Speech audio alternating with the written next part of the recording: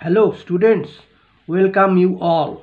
This is Tapos Mukherjee and you are watching my educational channel Subho Tutorial. Today I am going to teach you the interesting story Our Runaway Kite by Lucy Montgomery from English textbook Bliss of class 10 English recommended by West Bengal Board. So without much ado, let's start. First I will read this passage and then I will answer some questions. Of course, there was nobody for us to play with on the Big Half Moon. অবশ্যই big half moon দ্বীপে আমাদের সাথে খেলা করার জন্য কেউই ছিল না। We just had to make the most of each other and we did. আমাদের কি করতে হতো? Most of, make the most বলতে সম্পূর্ণ ব্যবহার করতে হতো কোনো কিছুর। To make the best use of something, এখানে make the most use of each other বলতে আমাদের নিজেদের পারস্পরিক সঙ্গকেই ব্যবহার করতে হতো, কারণ সেখানে অন্য কোনো ছেলে ছিল না, আমরা নিজেরাই দুজনেই খেলা করতাম। অ্যান্ড উই ডিড বলতে এবং সেটা আমরা করতামও। We live on the big half moon island, আমরা বাস করি কোথায়? বিগ হাফ মুন দ্বীপে।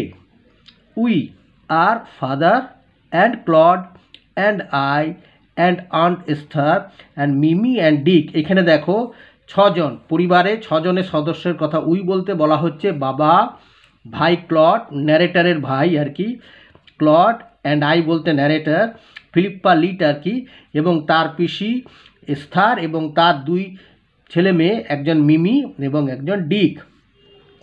ইট used to be only father and Claude and I, আগে কেবলমাত্র বাবা, আমি এবং ভাই ক্লডই থাকতাম।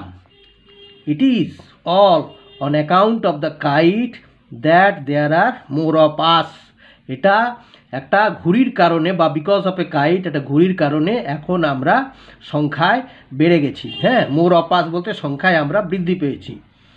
This is what I want to tell you about, এটাই আমি তোমাদেরকে বলতে চাই। Father is the keeper of the big half moon lighthouse, বাবা ছিলেন বিগ হাফ মুন লাইট হাউসের রক্ষক। আই অ্যাম 11 years old, আমার বয়স 11 বছর। ক্লড ইজ 12, ক্লডের বয়স 12। In winter when the harbour is frozen over we all move over to the mainland, শীতকালে যখন বন্দর এলাকা পুরোপুরি বরফাবৃত হয়ে যেত তখন আমরা উই বলতে আমাদের পরিবার কোথায় চলে আসতাম না, move over to the mainland, মূল ভূখণ্ডের দিকে চলে আসতাম। As soon as spring comes back we sail to our own dear island, যেইমাত্র বসন্তকাল আসতো তখন আমরা আবার ফিরে আমাদের প্রিয় যে দ্বীপ সেই দ্বীপে আমরা ফিরে আসতাম। The funny part used to be that people always pitied us when the time came for us to return. সবথেকে মজাদার অংশ হলো যে সেখানকার মূল ভূখণ্ডের যে পিপল বলতে সেখানকার যে মানুষজন, তারা সর্বদাই আমাদেরকে পিটিট বলতে করুণা করত, কখন না যখন আমাদের ওই দ্বীপে ফিরে আসবার সময় হতো। They said we must be so lonesome over there, তারা বলতো আমরা অবশ্যই নিশ্চয়ই সেখানে ওই মানে দ্বীপে আর কি আমরা অবশ্যই অত্যন্ত একাকিত্ব অনুভব করি, যেহেতু with no other children near us, যেহেতু সেখানে আমাদের কাছাকাছি কোনো ছেলেপেলে থাকতো না আমাদের খেলার সাথী হিসাবে আর কি। Of course Claude and I would have like to have someone to play with us, অবশ্যই আমি এবং ক্লড মনে মনে এটা ইচ্ছা করতাম যে আমাদের সাথে যদি খেলার কেউ থাকতো তাহলে খুবই ভালো হতো, এটা আমাদের মনের একটা ইচ্ছা ছিল। It is hard to run pirate caves and things like that with only two, মানে পাইরেট কেভস হচ্ছে এমন একটা খেলা যেটা কিনা দুজনের নিয়ে বা দুজনে খেলা যায় না, এটা একটা কঠিন খেলা, এবং সেই ধরনের আরও অনেক কিছু খেলা আছে like the things like pirate caves, সেই খেলাগুলোকে দুজনে খেলা যায় না, এটা অসম্ভব। ঠিক আছে, এইখানে এরপরে দেখো, এখানে আমি তোমাদেরকে তার যে মূল সামারিটা আমি বলে দিয়েছি। In the story our run away kite written by Lucy Maud Montgomery. The narrator is Philippa Litt. এখানে বক্তা হচ্ছেন, বক্তা লেখিকা কে না ফিলিপ্পা লিট, who used to live with her father and brother Claude in a island named big half moon. এখানে লেখিকা ফিলিপ্পা লিট তিনি তার ভাই ক্লড এবং বাবার সাথে এমন একটা দ্বীপে থাকতেন যার নাম হলো বিগ হাফ মুন, মানে বিগ হাফ মুন দ্বীপে তারা থাকতেন। They use to lead a solitary and alienated life. তারা আগে কীরকম একটা নির্জন বা বিচ্ছিন্ন জীবনযাপন করতো, মানুষজনের কাছ থেকে বিচ্ছিন্ন অবস্থায় বাস করতো, এরকম একটা জীবনযাপন তারা করতো।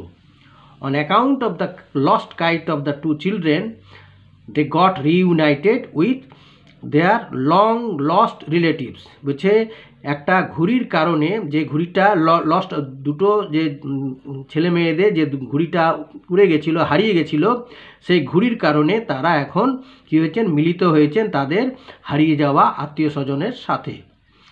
The story bears the message of human needs and warmth of human relationships.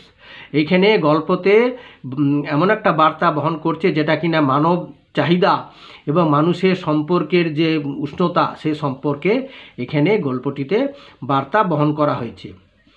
It is really a touching story. এটা সত্যি সত্যি একটা খুবই মানে হৃদয়স্পর্শী গল্প।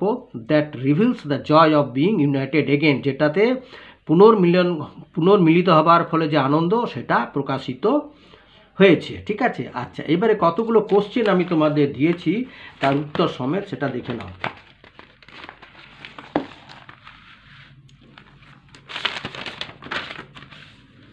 দেখো, lesson 5, our run away kite, Lucy Maud Montgomery.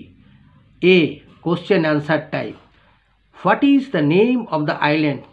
আমরা তো পড়লামই যে আইল্যান্ডটার নাম ছিল বিগ হাফ মুন, তাহলে the name of the island is big half moon.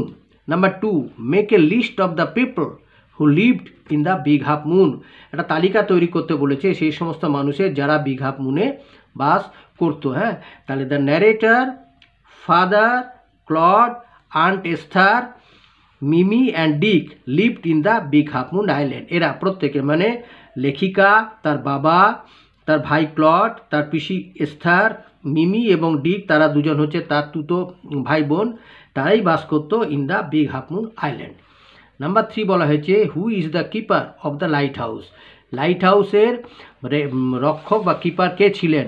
তাহলে the narrator's father is the keeper of the light house.